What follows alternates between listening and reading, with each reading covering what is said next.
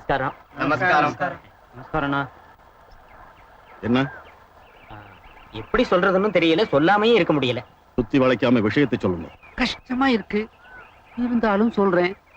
ஊருக்கெல்லாம் பஞ்சாயத்து பண்றவா நீங்க, ஆனா இன்னைக்கு உங்க மேலே ஒரு பஞ்சாயத்து. என் மேல பஞ்சாயத்து? அம்மா, உங்க பொண்ணுதான் புகார் கொடுத்தது.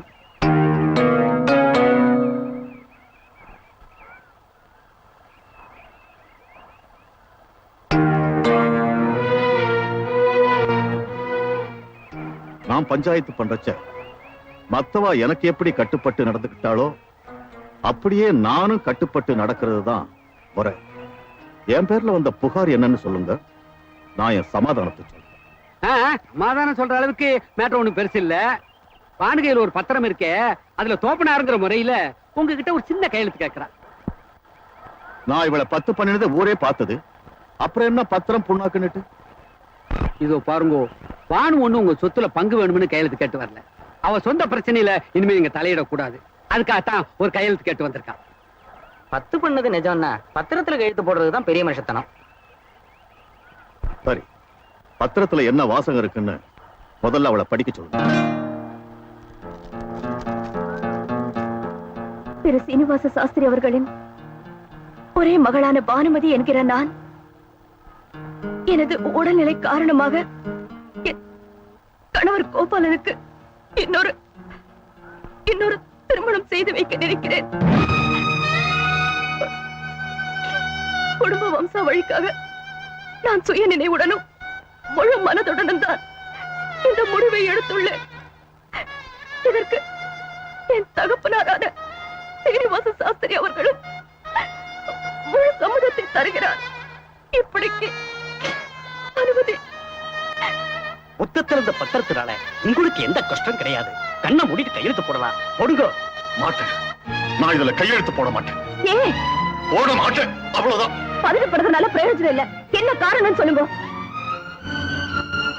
இதோட உங்க பொண்ணு வாழ்க்கை பாழா போறதே நினைச்சு மாட்டேங்கிறேளா, இல்ல என் புருஷனுக்கு வம்சாவழியே இருக்க கூடாதுன்னு நினைச்சு மாட்டேங்கிறேளா? என்ன காரணம் சொல்லுங்கப்பா. என் தோப்பனார் தான் மௌனமா இருக்கார். பஞ்சாயத்துக்கு வந்த பெரியவா நீங்களும் மௌனமா இருந்தா எப்படி? கேளுங்க. என் மேல இருக்கிற பாசத்தினால தயங்குறாரா, இல்ல என் புருஷன் பழி வாங்கணும்னு ஒதுக்குறாரா? கேட்டு சொல்லுங்க. என்னதான் சாஸ்திர சம்பிரதாயம்ங்கிற போர்வையை போத்திருந்தாலும் உள்ளூர தோப்பனாருங்கிற துடிப்பு இருக்கத்தானே செய்யும். அப்ப கௌரவத்தை பார்க்காம எங்க ஆத்துக்காரர்கிட்ட வந்து நான் சத்தியத்தை வாபஸ் வாங்கிக்கிறேன், எங்க ஆத்துக்கு வாங்க மாப்பிள்ளை கூப்பிட சொல்லுங்க. அது எப்படி? அப்படி செஞ்சா அக்ரஹாரத்துல இருக்கிறவ அத்தனை பேரும் இவரை பார்த்து கைவிட்டு சிரிச்சிட மாட்டேன். அதை பார்த்தா பொண்ணு கதி அதோ கதி ஆயிடும். ஒண்ணு மட்டும் முக்கியம் இல்ல, சாஸ்திரம் சம்பிரதாயம் அதை விட முக்கியமாச்சே. எது முக்கியம்னு அவரே முடிவு பண்ணட்டும்.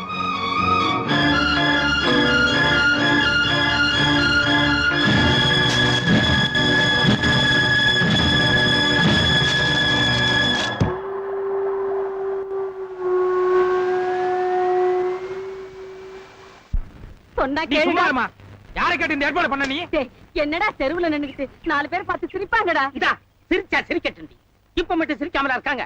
இந்த பர்றா, நான் உன்னை பெத்தவன். நான் எவனையும் கேட்க வேண்டிய அவசியம் இல்ல. உனக்கு இன்னொரு கல்யாணம் நடத்தியே தீருவேன். எது? ஏண்டா கைய வாங்குற அளவுக்கு வந்துட்டியா? பின்ன என்ன பேசுறாரு?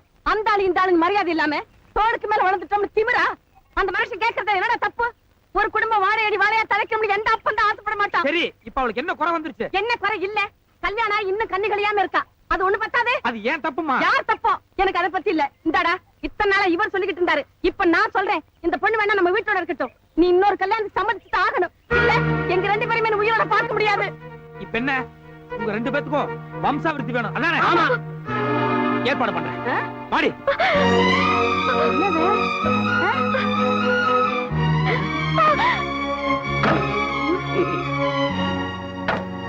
போங்க எல்லாரும். இங்க என்ன வேடிக்கை பார்த்துட்டு போங்கம்மா.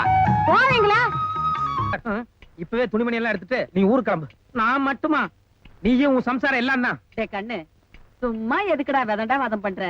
எப்ப நீ அந்த பொண்ணை தொடர்றதுலேன்னு சத்தியம் பண்ணிட்டியோ, அப்புறம் நீ மட்டும் இந்த ஊர்ல இருந்து என்னடா கண்ணு பண்ண போற? இல்லம்மா, இனிமேதான் இந்த ஊர்ல எனக்கு நிறைய வேலை இருக்கு.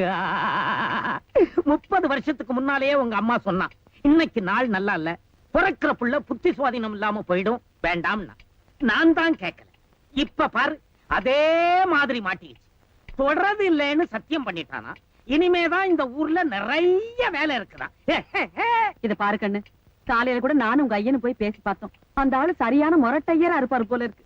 போலீஸ்ல கிலீஸ்ல சொல்லி உன்னை உள்ள தள்ளிட போறாரு. பேசாம நம்ம ஊருக்கே போயிடுவாங்கன்னு. புரியாம பேசாதம்மா. சாஸ்திரி என்ன பிடிக்கலன்னு சத்தியம் வாங்கியிருந்தா பரவாயில்ல, என் பொறப்பையும் பூர்வீகத்தையும் பிடிக்கலன்னு சத்தியம் வாங்கியிருக்காரு. இது நம்மள மட்டும் இல்ல, நம்மள மாதிரி தாழ்த்தப்பட்ட ஜாதிக்காரங்க அத்தனை பேருக்கும் கேவலப்படுத்துற மாதிரி இருக்கு. மனுஷங்க எல்லாரும் ஒண்ணுதான்னு அந்த சாஸ்திரிக்கு நான் புரிய வைக்கணும். அப்படி இல்லாம ஊர் விட்டு போனேன்னா அப்புறம் நான் ஒரு அப்பனுக்கு பிறக்கலான்னு அர்த்தம். மகனே, நான் சின்ன வயசுல பெரியார் இயக்கத்துல சேர்ந்ததுனால என்ன பின்னி எடுத்துட்டாங்க. அதுலதான் என் கண்ணு ரெண்டும் இடமாறி போச்சு. இப்ப நீ பேசுறத கேட்கும் போது என் கண்ணு ரெண்டும் பழைய இடத்துக்கே வந்த மாதிரி இருக்குடா. யோ, நீ வேற விவரம் கிட்டத்தனமா ஏன் அவனை உசுப்பி விட்டுக்கிட்டு இருக்க? இத பாரு கண்ணு, சாஸ்திரிக்கு புரியட்டும் புரியாம போகட்டும். அந்த பொண்ணு வாழ்க்கை பாழா போனது தானே. அந்த பழி உண்மையிலதானே விழுகும். எத்தனை கோயிலுக்கு போய் எத்தனை சாமியை கும்பிட்டாலும் அந்த பாவம் தீரவா போகுது. நீ நினைக்கிற மாதிரி உன் மகன் எந்த பாவத்தையும் செஞ்சிடலாமா? கல்யாணத்துல அவங்க ஐயர் தாலி கட்டும் போது 33 கோடி தேவர்கள் சாட்சியா தாலி கட்டுங்கன்னு சொன்னாங்க. ஆனா நான் அத்தனை பேர்த்த சாட்சி வச்சுக்கல. ஒரே ஒரு சாட்சி மட்டும் தான் வச்சுக்கிட்டேன். அது என் மனசாட்சி. ஒரு சாஸ்திரி இல்ல, 9000 சாஸ்திரி எதிர்த்து வந்தாலும் பானுவை நான் விட்டு கொடுக்க போறதில்ல. என்னைக்கு இருந்தாலும் எனக்கு பொண்டாட்டி தான். இதை யாருனாலையும் மாத்த முடியாது. என்னடாது உன்னோட தொடலைன்னு சத்தியம் பண்ணிவிட்ட, அப்புறம் என்னமோ பொண்டாட்டி கிண்ட. நீ எதுக்கு பானு இங்க வந்த? என் காத்துல இருக்கிற எல்லாரும் இதுக்கு என்ன அர்த்தம்னு தெரியாம ஆளாளுக்கு வாய்க்கு வந்த விதமா பேசிட்டு இருக்கா. கட்டினா உங்களுக்காவது இதுக்கு அர்த்தம் புரியுமோ இல்லையோன்னு எனக்கு சந்தேகம் வந்துருது. அதான் வந்த. இவ்வளவு நேரம் நீங்க பேசிட்டு இருந்ததெல்லாம் நான் கேட்டுட்டுதான் இருந்தேன். நான் உங்களுக்கு கழுத்து நீட்டினது சீனிவாச சாஸ்திரிக்கு வேணும்னா தலைகுனிவா இருக்கலாம். ஆனா எனக்கு அது ரொம்ப பெருமையா இருக்கு.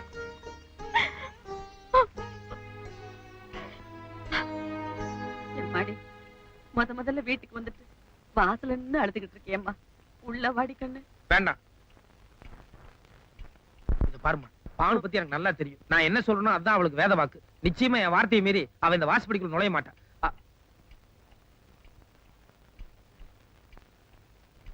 முதல்ல அத்தை கூப்பிட்டாங்க, அதான் வந்தேன்.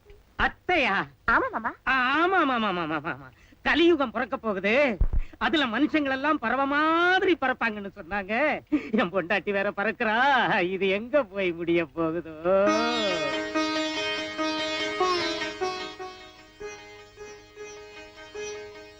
இருமா என்னங்க வாங்க. இந்த வீட்டுல சக்தி சிவன் எல்லாமே ஒண்ணுதான். நீ அங்கேயே விடு. மகராசி அருமா, கொஞ்சம் இரு, பிடிக்கிறதுக்கு ஏதாவது கொண்டாரு. இரு, ஒரு பாய் தலைகாணி போட்டு பால் பழம் இதெல்லாம் வச்சுட்டீங்கன்னா சேர்ந்தாப்புல சாந்தி முகூர்த்தம் பாத்திரலாம். போ, அதுக்கு என்ன விளையாடுற நீ? ஏய், நீ வீட்டுக்கு போ. அத்தை என்னமோ சாந்தி முகூர்த்தம். அரைஞ்சு பல்லுகள் எல்லாம் கழட்டி போடுவேன். தாலி கட்டியாச்சு, இனிமே ஐயர் பிள்ளை எல்லாம் பார்க்க மாட்டேன். போடி. டீயா? ஏன் என்ன? இல்ல, எங்க ஆளுங்க அது அதிகமா யூஸ் பண்ணுவாங்கன்னு பார்த்தேன். எல்லா பக்கமும் ஒரே மாதிரி தான் இருக்கு. அத்தை வர மாமா. என்னப்பா, வீட்டுக்கு வந்த பொண்ணுக்கு குடிக்கிறதுக்கு ஏதாவது கொடுத்து அனுப்பிச்சிருக்கலாம். யாரடி இவ சுத்த விவரம் புரியாதவளா இருக்கா? கொஞ்ச நேரத்துக்கு முன்னால நீ தானே முரட்டையர்னு சொன்ன. இந்த பொண்ணு இங்க வந்துட்டு போற சமாச்சாரம் அந்த ஆளுக்கு தெரிஞ்சது.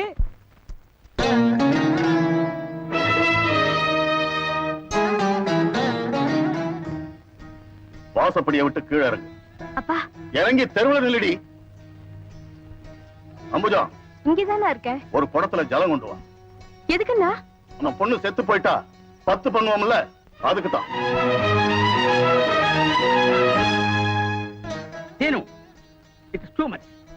அவள் ஏற்கனவே நொந்து போயிருக்கா. அவளை மேலும் மேலும் போட்டு மிதிச்சா என்ன அர்த்தம்? Do you think there is nobody to question you? இவ நான் பெத்த பொண்ணு.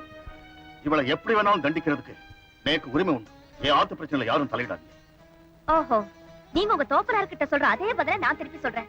என் ஆத்துக்கார பாக்குறதுக்காக நான் போனேன். இதுல தலையிட உங்களுக்கு என்ன உரிமை இருக்கு? இல்லடி, என்னையோட எல்லா உறவும் அறுந்து போச்சு. ஆனா அக்ரஹார மொத்தத்துக்கு அது தெரிய வேண்டாம். அதனாலதான் நடுத்தருவில் வச்சு 10 பண்றேன்னு. பெரிய தர்மகர்த்தான் மாத்திரம் பேர் எடுத்து ஒரு பாவம் பண்ணாத. இந்த குழந்தைக்கு 10 பண்ண போறேன்னு சொல்லிட்டு அலையிறியே. எல்லா பாவத்தையும் நான் பார்த்துட்டு இருக்கேன். முதல்ல எனக்கு 10 பண்ணி தொலை. கொண்டு வர சொல்லி ஜலத்தை தலைமையில கொட்டும். பேசாம பொண்ணை உள்ள கூட்டின்னு போங்க.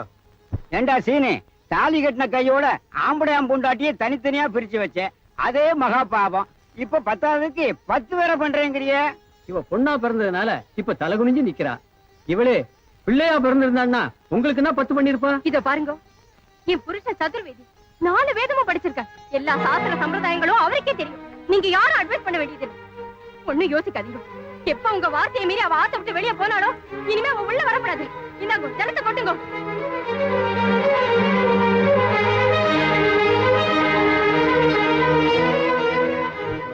ஈஸ்வரன் சாட்சியா, இனி உனக்கும் எனக்கும் இருக்கிற எல்லா உறவும் அறுந்து போச்சு.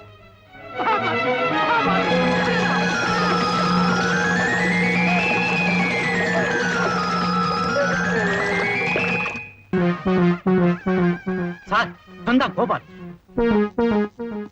நீங்க ஒர்க் பண்ற அம்மன் கோயில்ல நகையெல்லாம் உங்க இன்சார்ஜ்ல தானே இருக்கு? ஆமா, இவதான் கோவில் தலைமை கருத்தா. இவனை இவர்தான் வேலைக்கு வச்சார். திட்டம் போட்டே செஞ்சிருக்கா சார். ஆமா, எக்ஸ்கியூஸ் மீ, என்ன நடந்ததுன்னு நான் தெரிஞ்சுக்கலாமா? இந்த காசு மாலையில 10 காசு திருடிட்டு அதுக்கு பதிலா டூப்ளிகேட் செஞ்சு போட்டிருக்காங்க. ஆமா, நீங்க எத்தனை வருஷமா வேலை பாக்குறீங்க? வருஷங்க சார், 2 மாசம் தான் ஆகுது. ஈஸி. உங்களுக்கு முன்னால இந்த நகைக்கெல்லாம் இன்சார்ஜ் யாரு? அதோ பொண்ணோட தோப்படா வைத்திதான் பொறுப்பு. எழுந்துருமா. உட்காருங்க உட்காருங்க. மங்களே தான் 4 மணி எழுந்துக்க கூடாது. உட்காருங்க. இந்த நகை திருட்டு சம்பந்தமா உங்களே அவரை என்கொயரி பண்ண வேண்டியிருக்கு. கல்யாணத்தை முடிங்க, ஸ்டேஷனுக்கு போலாம். முகூர்த்த நேரம் என்ன 2 நிமிஷம் தான் இருக்கு. சீக்கிரம் தாலி கட்டுங்க. கொஞ்சம் இருங்கண்ணா, நகை திருட்டு போயிடுதுன்னு போலீஸ் வந்திருக்கு. அதுல இவா பேரும் அடிபடுறதே. ஆமா ஆமா, இது எங்க கௌரவ பிரச்சனை. முரளி, இதுக்கு யோசனை பண்ணி தாலி கட்டலாம்.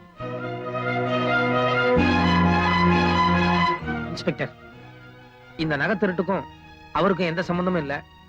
நான் தான் நகை திருடினேன்.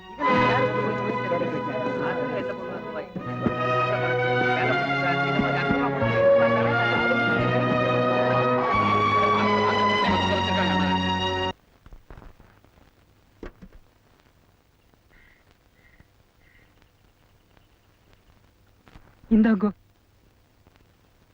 எதுக்கு? குடிங்க, சொல்றேன். அம்பாள் நகையில திருட்டு போன 10 காசுக்குண்டான பணம் திருடினது நான் தான்.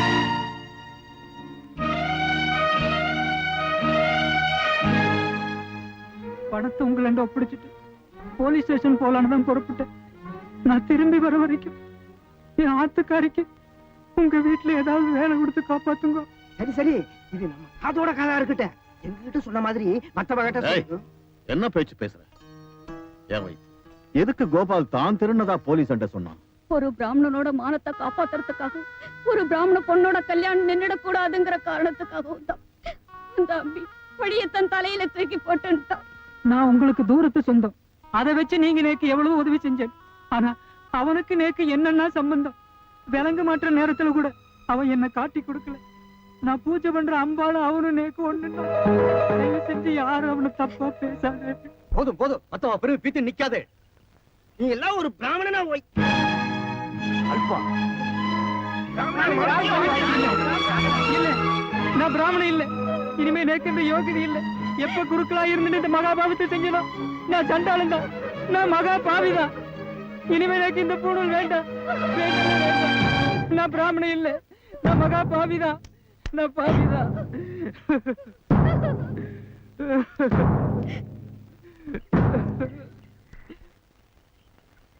பொண்ணு பெத்த எல்லா அப்பாவுக்கும் வர்ற சோதனை தான் இவருக்கும் வந்திருக்கு. இவரு கொஞ்சம் எல்லை தாண்டி இருக்காரு. இதுக்கு ஏன் பிராமணே மத்தவன்னு சொல்லி பிரிச்சு பேசணும்? மதங்கள்லயும் தத்துவங்கள்லயும் என்னைக்குமே தப்பு இருந்தது இல்ல. அது மனுஷங்கிட்ட தான் இருக்கு. இனிமே தப்பு செய்யறதில்லன்னு நினைச்சுக்கோங்க. போடுங்க.